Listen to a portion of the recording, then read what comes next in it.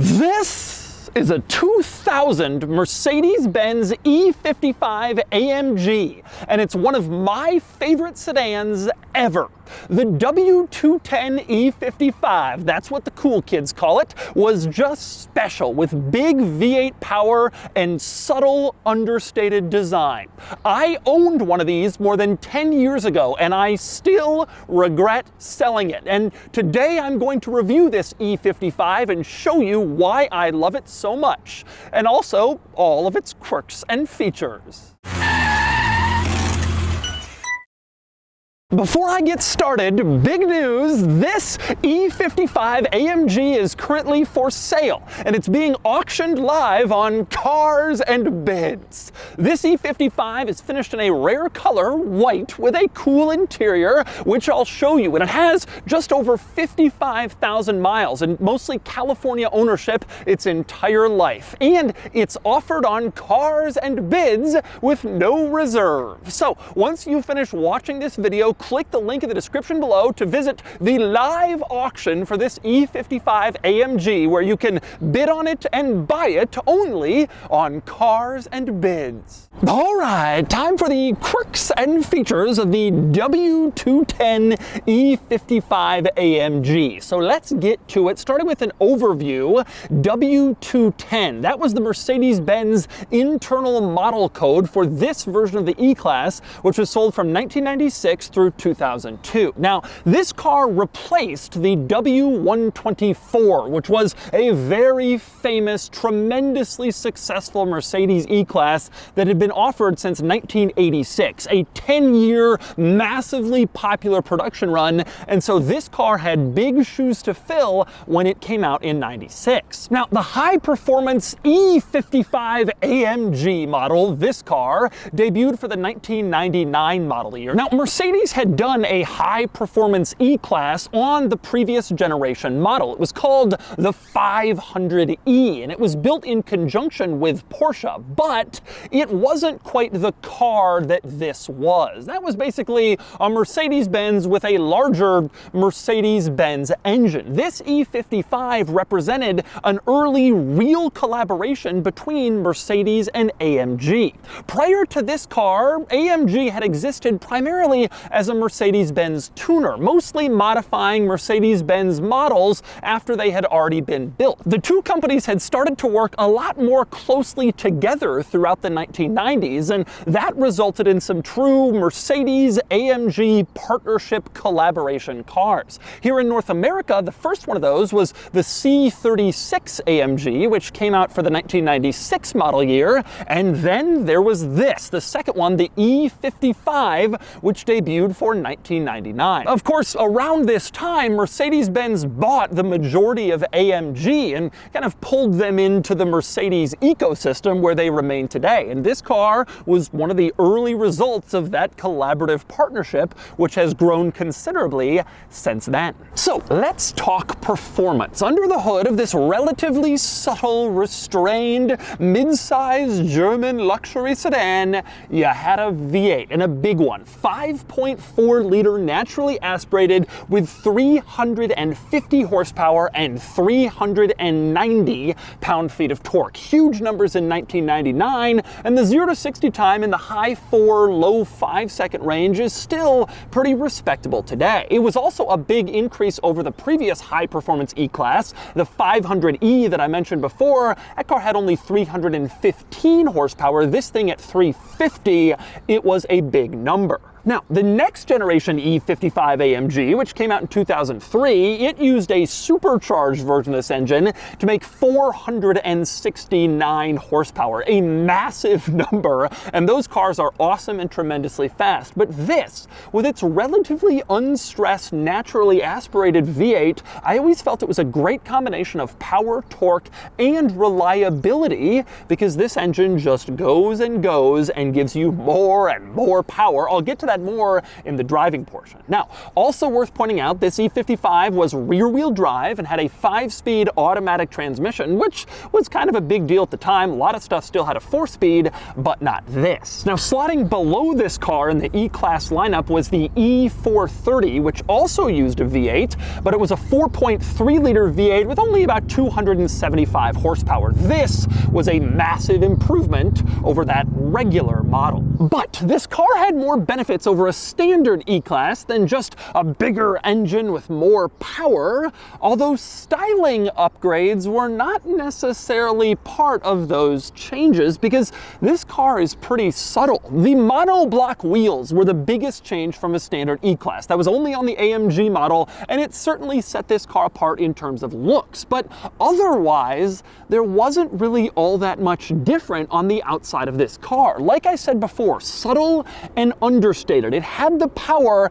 but not necessarily the, look at me, I'm fast, like modern AMG cars. You didn't have colored brake calipers or massive wheels or intake scoops, air vents on the outside, chrome trim everywhere, nothing to really indicate that this was the fast one, aside from those monoblocks. There were a few subtle changes, if you knew, you knew, like these flared rocker panels down the side. That was E55 only. Same deal with the front end and these fog lights, a little more aggressive than a standard E-Class, although by modern standards, still not particularly aggressive for a performance car front end. You also had a dual exhaust around back with AMG written on the exhaust tips, another subtle reminder of what this car could do, but that was about it. The exterior changes, it just didn't go that far, and that's one of the coolest things about this E55. As for other exterior quirks of this car, there really weren't many. This was a Bruno Sacco designed car. He was Mercedes' head of design at the time, and he was famous for his understated, simple designs that yet somehow also had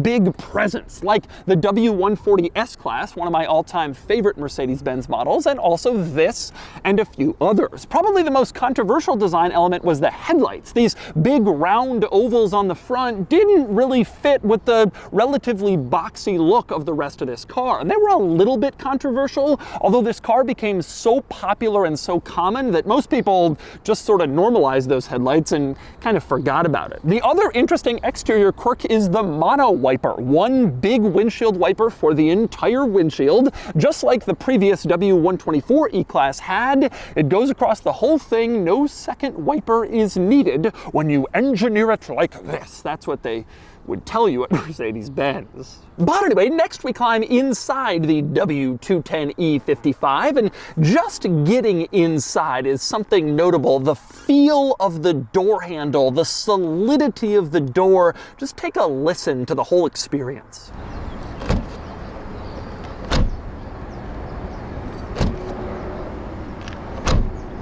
Ah, that sound. Mercedes-Benz had been famous for this over-engineered, overbuilt design philosophy from this car's era and before, the early 90s, the 80s, the 70s, and earlier than that. That was Mercedes-Benz, and you could feel everything you touched had that solidity. And in my mind, this was one of the last cars to have that feel for a while. Beginning in the late 90s, early 2000s, Mercedes started chasing volume, and quality and reliability really took a hit for a while there in the Mercedes-Benz world. But this car still has that solidity to it that Mercedes-Benz was known for in this era. And it also has some interesting quirks and features, starting right on the door panel where you have, well, the seat controls shaped like a C. That's pretty common in Mercedes-Benz models, but there's also this little triangle. That's the steering wheel controls, and it's shaped and positioned like the steering wheel, where the wheel would be. You can move it up, down, forward, backwards. It's right there. Instead of having some lever coming off the steering column that's hard to see, hard to find, it's right there on the seat controls. Actually pretty good placement, although I've never seen that in another car. I think Mercedes-Benz abandoned it after this, but it's a neat idea. Anyway, moving beyond the door and into the interior, this one is, Well, it's not beautiful, but it's functional and solid, keeping with the Mercedes-Benz reputation at the time. There is a screen in here in the center, but it's a small part of this interior. They instead went with buttons, buttons, buttons, switches, dials, all the physical stuff, as you can see in the center. That was this car's design. And the quality of everything in here is very nice. No swoopy lines or excessive style, that wasn't their thing, but this car approaching 25 years old, everything looks almost new like it did from the factory, and that's because it was designed to last as Mercedes-Benz models did in this era. And you can see this interior has held up tremendously well over the years. But anyway, next up, another interesting item you notice right away in this interior, it's two-tone. It's not just black or dark gray, but also there's this off-white sort of silver color you can see in the seats. This was a huge deal for Mercedes-Benz at the time. Very serious, focused, functional Mercedes-Benz, creating a two-tone interior, and they offered crazy colors. There was also a red two-tone that you can get, but it didn't stop there. There was a peanut butter beige tan two-tone that was offered, and you could get a purple two-tone interior in this car. It was Mercedes-Benz trying to go against everything German they knew and be quirky and fun and have its sense of humor, and it was a big surprise. And they didn't just two-tone the seats, it was everything. The door panels, you can see, also have this off-white two-tone color match to them, and the steering wheel has it as well. The upper part has this color matching also. Now, you didn't have to get two-tone seats if you got one of these cars, and in fact,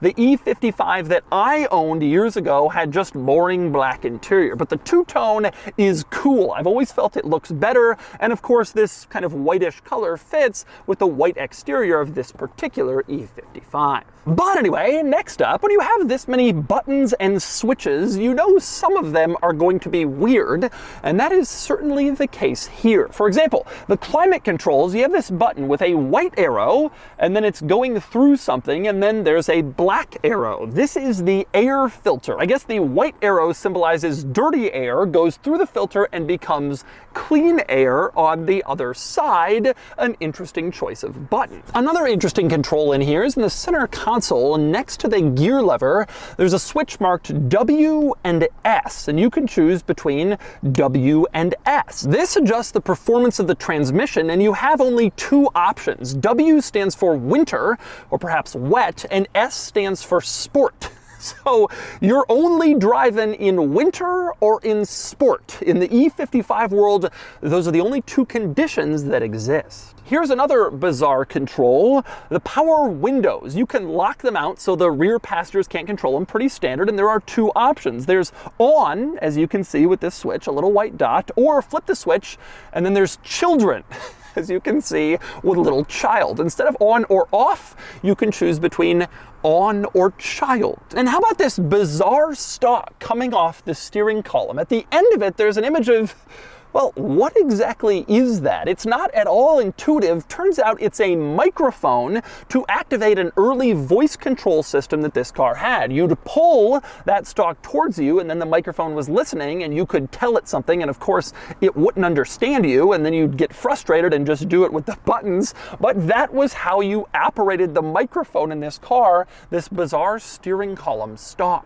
And how about this switch here in the center console? There's a seat with a headrest and an arrow pointing at the headrest.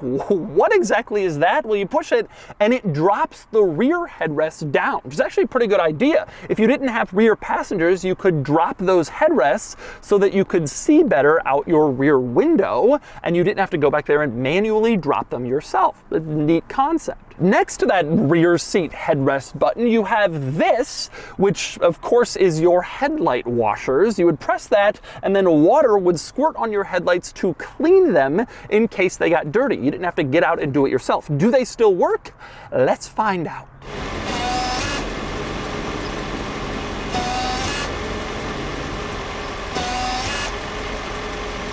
Now, on the subject of screens in this car, obviously this is an older interior where most stuff is controlled with buttons, but there is a center screen, like I mentioned. This was actually an option. My E55 that I own didn't have it, and I always wanted it because it kind of fills out the center console. It's a navigation system, although I can only imagine trying to use it now, but that was the center screen. Most of your functions, though, were still controlled with buttons. It isn't a touchscreen. More interestingly, you also had a screen in the gauge cluster. Standard old school analog gauges, but a display in the middle. You could go through various different information screens, and it showed you like your radio that you were listening to, your current oil change situation, your navigation directions if you had it active, various trip odometer stuff, and your phone. This was sort of a precursor to the gauge clustered full screen displays that we see today. It kind of started with this little early attempt at gauge cluster information. But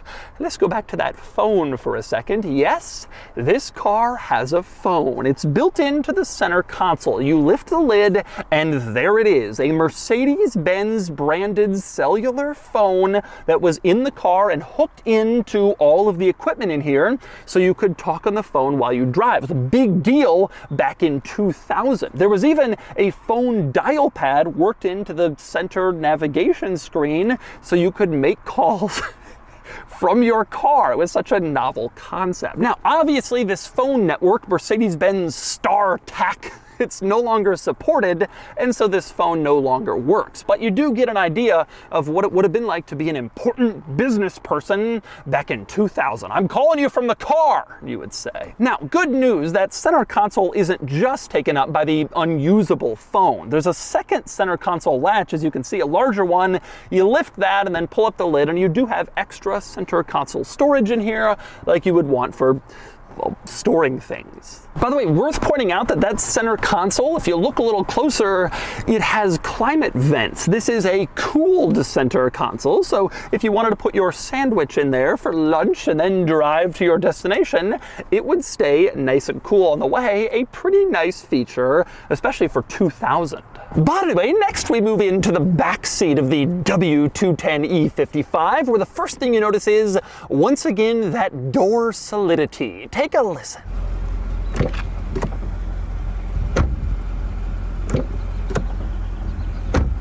I don't think that probably comes through very well on camera, but let me just promise you, it feels solid.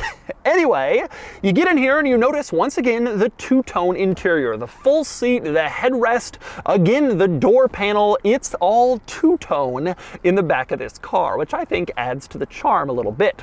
Of course, back here you also have an ashtray because Germans, especially at this time, couldn't possibly go more than a few minutes without smoking a cigarette. Even if they were sitting in the back, it just couldn't happen. So there's ashtrays all throughout the car. They're prioritized at the same level as climate control vents, which you also have back here, which is another nice touch. And probably the quirkiest thing in back, there's the center armrest. You can see it looks just like a normal center armrest when it's up, but there's a little first aid symbol. So you're thinking, let's dig into that. You lower the center armrest and there's this little latch at the front. So you pull it out and then there's the cup holders, but there's also the first aid symbol again with an arrow. So how do you get to this phantom first aid kit? It turns out you just keep pulling and then there it is, hidden inside the center armrest in back. Excellent packaging. There's your first aid kit in case you have some sort of medical emergency by the roadside and you need to use 23-year-old bandages.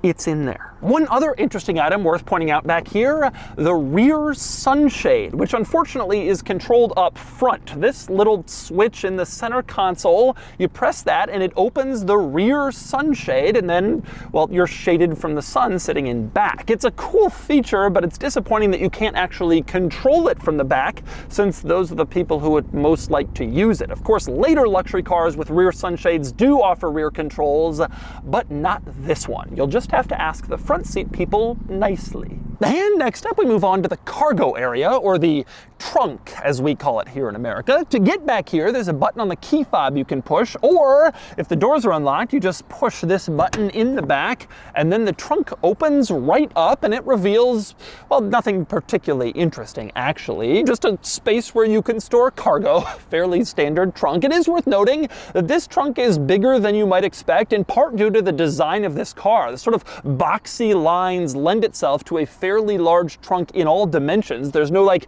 sloping rear end to steal your trunk space. You can get a lot back here. And also in the trunk, and worth pointing out, a CD changer. It's hidden under this fuzzy Mercedes-Benz lid, but you lift it up and there is a 6-disc CD changer, so you can listen to all your tunes as long as they fit on 6 CDs. If they don't, you gotta park the car, get out, get into the trunk, and change out the CDs. It was an annoyance of this era, let me just tell you.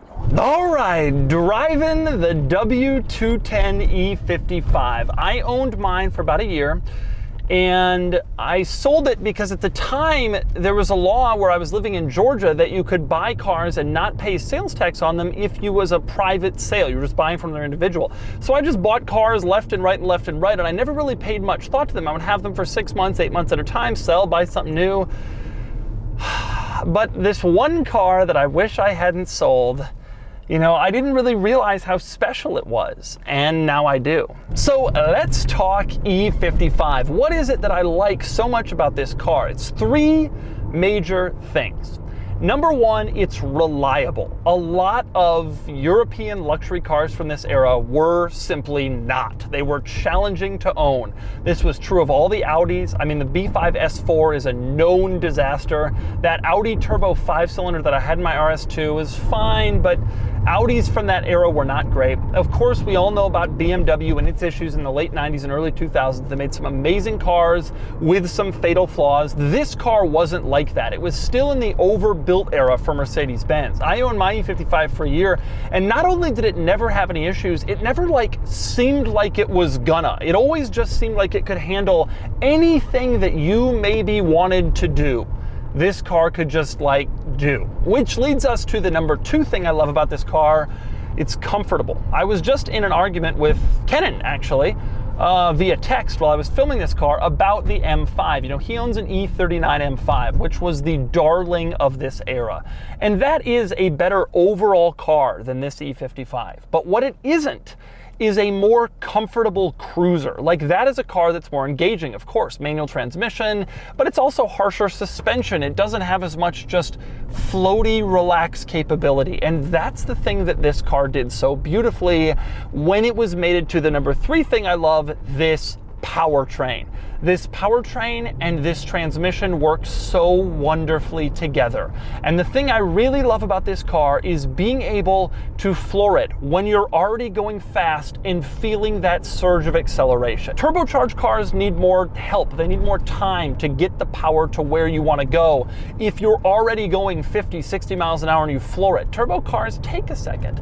Even electric cars with their instant torque initially, it kind of falls off in terms of a feeling of acceleration when you're driving 60 and you floor it and it goes.